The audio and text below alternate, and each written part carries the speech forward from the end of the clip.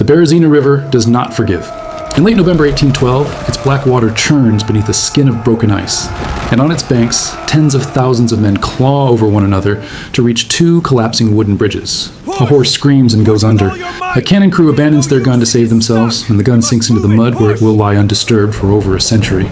Somewhere in the crush, a soldier who has not eaten in 4 days stops walking, sits down in the snow, and simply stops. No one turns to look. There is no time left for grief, only for survival, and even survival is running out. 6 months earlier, this man had marched east as part of the largest army Europe had ever assembled. Over 600,000 soldiers under the command of a man who believed himself unbeatable. Now he is one of a broken remnant, and the snow around him is already turning red, and then white again, burying him before he is even dead. This is not the story of a battle lost in a single afternoon. This is the story of an army that was not defeated by an enemy at all, but devoured day by hunger, cold, disease, and its own commander's ambition. The context: by the summer of 1812, Napoleon Bonaparte stood at the absolute height of his power. He had crowned himself Emperor of the French, redrawn the map of Europe through a decade of relentless warfare, and forced nearly every continental power into submission or alliance. Only Russia, under Tsar Alexander I, remained defiant, refusing to fully honor the continental system that Napoleon had designed to strangle Britain economically. Napoleon saw in this defiance both an insult and an opportunity. He would march into Russia, force a decisive battle, crush the Tsar's army, and dictate peace from a position of total dominance, just as he had done to Austria and Prussia before. On June 24th, 1812, the Grande Armée crossed the Niemen River into Russian territory. It was a force of staggering scale, drawn not only from France, but from a patchwork of conquered and allied nations. Poles, Italians, Germans, Austrians, and Dutch, all marching under the eagle standards of an empire that was, in truth, held together by fear and convenience rather than loyalty. The Russians, commanded first by Barclay de Tolly and later by the aging Field Marshal Mikhail Kutuzov, made a decision that would prove catastrophic for Napoleon. They refused to fight. Instead, they retreated, drawing the invaders deeper and deeper into the vastness of the Russian interior, burning crops, villages, and supply depots as they withdrew, leaving nothing behind for the invading army to live off of. This was the doctrine of scorched earth, and it would become the quiet architect of Napoleon's undoing long before a single decisive battle was fought. The Grande Armée's supply lines stretched thinner with every mile. Wagons broke down on primitive roads turned to mud by summer rain. Horses, essential for cavalry, artillery, and transport, began dying by the thousands from exhaustion, poor forage, and disease. By the time the two armies finally clashed at Borodino on September 7th, 1812, in one of the bloodiest single-day battles in human history, Napoleon's force had already shrunk dramatically from disease and desertion alone, long before Russian muskets ever fired. The Corps Borodino was a slaughter. Estimates suggest between 70,000 and 100,000 men fell dead or wounded in a single day of fighting. French guns and Russian guns trading fire across open fields until the ground itself was unrecognizable beneath the bodies. Napoleon technically won the field, but Kutuzov withdrew his army largely intact, refusing to let it be annihilated. A week later, on September 14th, Napoleon marched into Moscow expecting the Tsar to sue for peace. Instead, he found a city being deliberately set ablaze by its own governor, Count Rostopchin, who had ordered it emptied and burned rather than let it fall into French hands as a functioning prize. Napoleon waited in the smoldering ruins for over a month, sending peace offers that Alexander I never answered. It was a fatal miscalculation. Every week he waited brought the Russian winter closer, and the Tsar knew it. By October 19th, 1812, with no peace in sight and Moscow reduced to ash and rubble, Napoleon finally gave the order to withdraw. It was already too late. He had hoped to retreat along a southern route through territory that had not yet been stripped of food, but Kutuzov's forces blocked the path at the Battle of Maloyaroslavets, forcing the Grande Armée back onto the same devastated road it had marched in on, a road with nothing left to eat, no shelter, and no forage for the dwindling horses. Then came the cold. Temperatures plunged to -20, then -30, and eventually as low as -40 degrees. Men who had marched through the Russian summer in wool uniforms designed for a swift campaign now froze where they stood. Soldiers reported waking to find the man beside them dead and stiff, frost coating his eyelashes, his hands locked around a musket he would never fire again. Frostbite claimed fingers, toes, noses, and ears with brutal efficiency.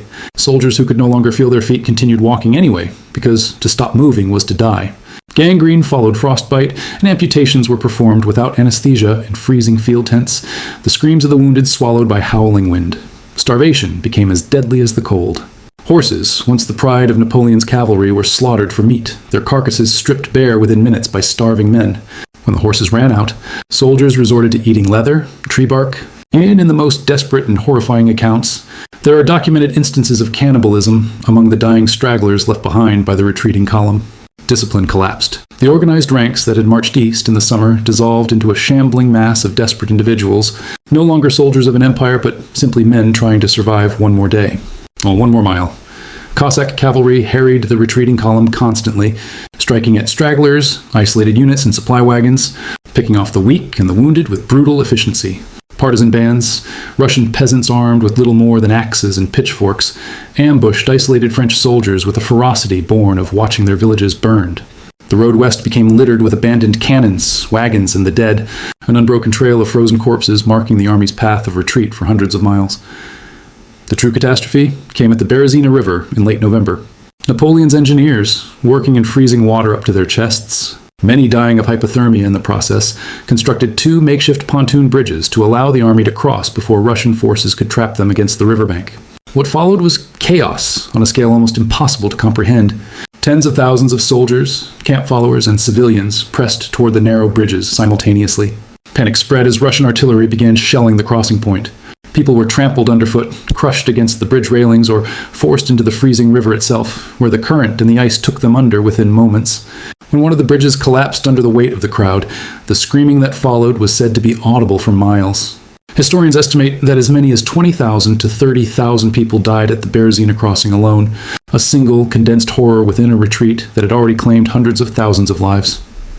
The aftermath of the more than 600,000 soldiers who had crossed into Russia that summer with such confidence, fewer than 100,000, and by some estimates as few as 30,000 to 40,000, made it back across the Niemen River as an organized fighting force. The rest were dead, captured, or scattered, their bodies left behind in the frozen fields, forests, and riverbanks of a country that had never wanted them there. Napoleon himself abandoned his dying army in early December, rushing back to Paris ahead of his men to secure his political position after word reached him of a coup attempt in his absence.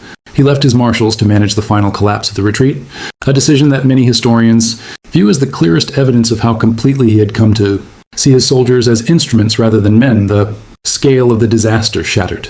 The myth of Napoleon's invincibility across Europe. Prussia and Austria, previously cowed allies, began to see an opportunity in his weakened state.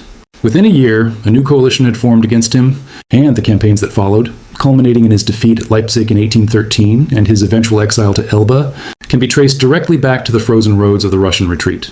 The Grande Armée that had once seemed unstoppable never truly recovered.